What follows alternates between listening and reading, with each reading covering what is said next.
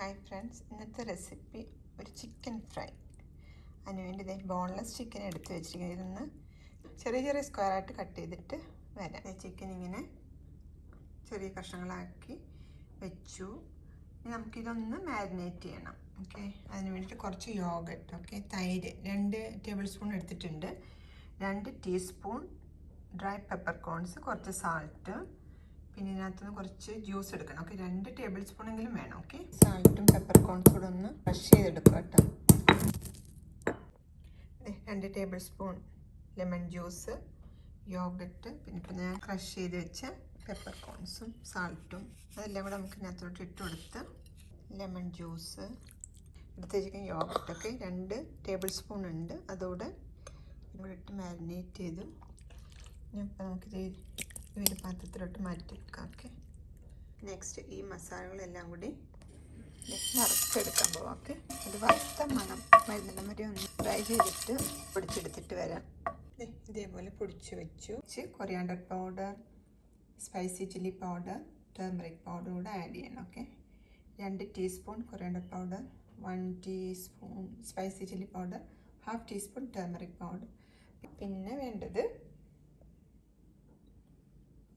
ഒരു 3 medium size garlic, 1 piece ginger, 2 green chilli, പിന്നെ കുറച്ച് ടൊമാറ്റോയും ഓണിയനും എടുത്ത് വെച്ചിട്ടുണ്ട്. അത് ഞാൻ വെയിറ്റ് നോക്കിയപ്പം 20 ഗ്രാം ഉണ്ട് കേട്ടോ, അത്രയേ ഉള്ളൂ. കുറച്ച്, ഒത്തിരി ആഡ് ചെയ്യണ്ട, ഇത്രയെങ്കിലും വേണം. ഓക്കെ, ടൊമാറ്റോയും ഇതും, പിന്നെ ഒരു 4 to 5 സ്പ്രിഗ്സ് കൊറിയാണ്ടർ ലീവ്സ്. ഇതെല്ലാം ഒന്ന് അരിഞ്ഞിട്ട് ഒന്ന് ചോപ്പ് ചെയ്തിട്ട് നമുക്ക് ഗ്രൈൻഡ് ചെയ്തുകൊണ്ട് വരാം. നമ്മൾ എടുത്ത് വെച്ചെല്ലാം ചെറുതായിട്ടിങ്ങനെ ചോപ്പ് ചെയ്ത് വെച്ച്, അപ്പം അരയ്ക്കാൻ എളുപ്പമാണല്ലോ. അപ്പം അത് ഇതേപോലെ അരച്ചെടുത്തു. ഇതിലേക്ക് നമ്മൾ ആ പൊടിച്ച് വെച്ചേക്കുന്ന വോൾ മസാലയില്ലേ, അതിട്ട് കൊടുക്കാം. എന്നിട്ട് മറ്റേ എടുത്ത് വെച്ചിരിക്കുന്ന വേറെ കുറച്ച് പൊടികളില്ലേ, നേരത്തെ എടുത്ത് വെച്ച് അതുകൂടെ ഇതിലേക്ക് ആഡ് ചെയ്ത് കൊടുക്കാം. ഓക്കെ, അപ്പം നമ്മളിപ്പോൾ എടുത്ത് വെച്ചെല്ലാം കൂടി ഇങ്ങനെ മിക്സ് ചെയ്തു. അപ്പോൾ കുറച്ച് സാൾട്ട് ഇതിന് വേണ്ടി ഇട്ട് കൊടുക്കാം കേട്ടോ. നമ്മൾ നേരത്തെ ചിക്കൻ മാരിനേറ്റ് ചെയ്തപ്പം സാൾട്ട് ഇട്ട് കൊടുത്തിട്ടുണ്ടായിരുന്നു. അപ്പോൾ ഈ മസാലയ്ക്ക് വേണ്ടി കുറച്ച് സാൾട്ട് ഇട്ട് ഒന്ന് മിക്സ് ചെയ്തിട്ട് നമുക്ക് സാൾട്ട് ഇട്ട് മിക്സ് ചെയ്ത് ഇനിയിപ്പോൾ ഇതിലേക്ക് നമുക്കിതിലേക്ക് ഇങ്ങനെ ഇട്ട് മാരിനേറ്റ് ചെയ്തതെല്ലാം ഇപ്പം എല്ലാ മസാലയായില്ലേ, നമ്മളെടുത്ത് വെച്ച മസാലകളെല്ലാം കൂടെ ചിക്കനിലേക്ക് നന്നായിട്ട് മാരിനേറ്റ് ചെയ്ത് കൊടുത്തിട്ടുണ്ട്. ഇത് ഞാൻ ഓവർനൈറ്റ് വെച്ചിട്ട് നാളെ എടുത്ത് ഫ്രൈ ചെയ്യാനാണ്. നിങ്ങൾ ഉണ്ടാക്കുമ്പോൾ എപ്പോഴും അറ്റ്ലീസ്റ്റ് 1 hour എങ്കിലും ഒന്ന് റെസ്റ്റ് ചെയ്യാൻ വെച്ചിട്ട് ഫ്രൈ ചെയ്തെടുക്കുക. ഓക്കെ, നല്ലുള്ള മസാലയൊക്കെ അതിലേക്ക് പിടിക്കൂ. എന്തുണ്ടാക്കാനാലും ഇതേപോലെ കുറച്ച് ടൈം ഒന്ന് റെസ്റ്റ് ചെയ്യാൻ വെച്ചിട്ട് എടുത്താൽ നല്ല ടേസ്റ്റ് ആയിരിക്കും ഉണ്ടാക്കുന്ന കറിക്ക്. ഓക്കെ, അപ്പോൾ ഇത് അതുപോലെ തന്നെ ഈ മാരിനേറ്റ് ചെയ്ത ശേഷം നന്നായിട്ട് അടച്ചു വെക്കണം കേട്ടോ.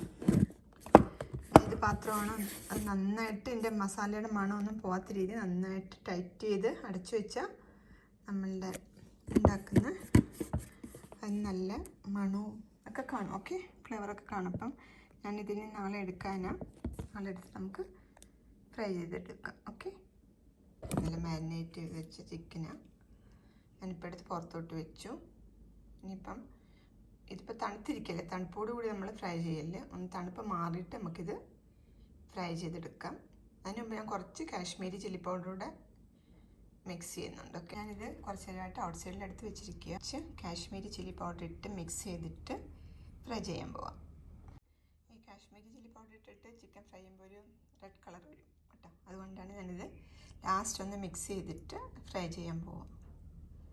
2 ടേബിൾ സ്പൂണിൽ കൂടുതൽ ഇട്ടിട്ടാണ്. ഇപ്പം നമുക്ക് ഫ്രൈ ചെയ്തെടുക്കാം. കോക്കനട്ട് ഓയിൽ ചൂടാക്കി അതിലേക്ക് ഇട്ട് ഫ്രൈ ചെയ്തെടുക്കുക. That's all. 2 സൈഡും ഫ്രൈ ചെയ്തെടുത്ത് കഴിഞ്ഞാൽ നമ്മൾ അടിപൊളി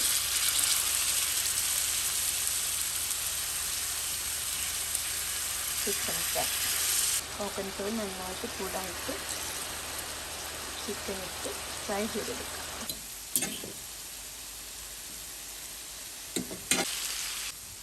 രണ്ട് സൈഡും നന്നായിട്ട് ഫ്രൈ ചെയ്തെടുത്ത് കഴിഞ്ഞാൽ ചിക്കൻ ഫ്രൈ ഒരു ചിക്കൻ ഫ്രൈ ഒരു സെർവിങ് ബോളിലോട്ടൊക്കെ എടുത്ത് മാറ്റി വെക്കുക. അടിപൊളിയാട്ടോ ഇത്.